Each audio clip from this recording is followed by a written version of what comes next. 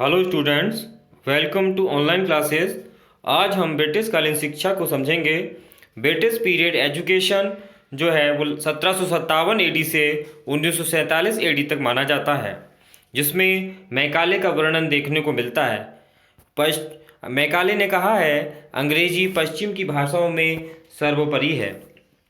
जो व्यक्ति अंग्रेजी भाषा जानता है वह उस विशाल ज्ञान भंडार को सुगमता से प्राप्त कर लेता है जिनकी विश्व की सबसे बुद्धिमान जातियों ने रचना की है। उसने इंग्लिश में बताया है, English stands preeminent even among the language of the West whoever knows the English language has ready access to all the vast intellectual wealth which all the wisest nations of the earth have created। Bharat में आधुनिक शिक्षा की नींव जो आधारशिला है वह यूरोपीय ईसाई धर्म प्रचारक तथा व्यापारियों के हाथ में से डाली गई थी। प्लासी का जो युद्ध हुआ था वो 1757 ईस्वी से संपूर्ण भारत पर अधिकार करने का कार्य इन्होंने पूरा कर लिया था।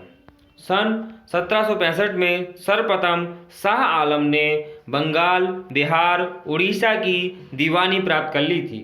अपने शासन को स्थायित्व प्रदान करने के उद्देश्य से भारत में अंग्रेज ईसाई मिशनकारियों की स्थापना का कार्य भी प्रारंभ कर चुके थे। 18वीं शताब्दी से के प्रारंभ में मध्यकालीन शिक्षा का पतन हो गया था और ब्रिटिश कालीन शिक्षा पद्धति शुरू हो गई थी,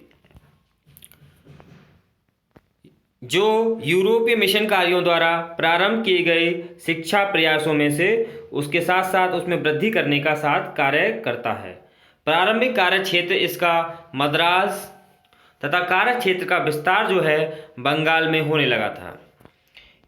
इन विद्यालयों में ईसाई धर्म की शिक्षा के साथ साथ इतिहास, भूगोल, व्याकरण, गणित, साहित्य आदि विषय पढ़ाए जाने लगे थे।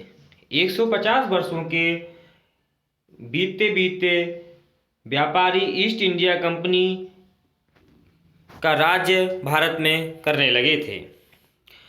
स्टूडेंट्स, आप लोग इस ब्रिटिश कालीन शिक्षा पद्धति की डेफिनेशंस जो इंग्लिश में दी गई हैं, हिंदी में, वो दोनों तैयार कर लीजिए।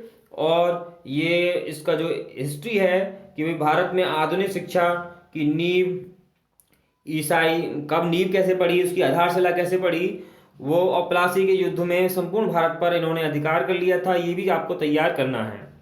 तथा 18वीं शताब्दी में जो मध्यकालीन शिक्षा थी उसका पतन हो गया था और ब्रिटिश कालीन शिक्षा का श्री गणेश यानी कि प्रारंभ हो चुका था।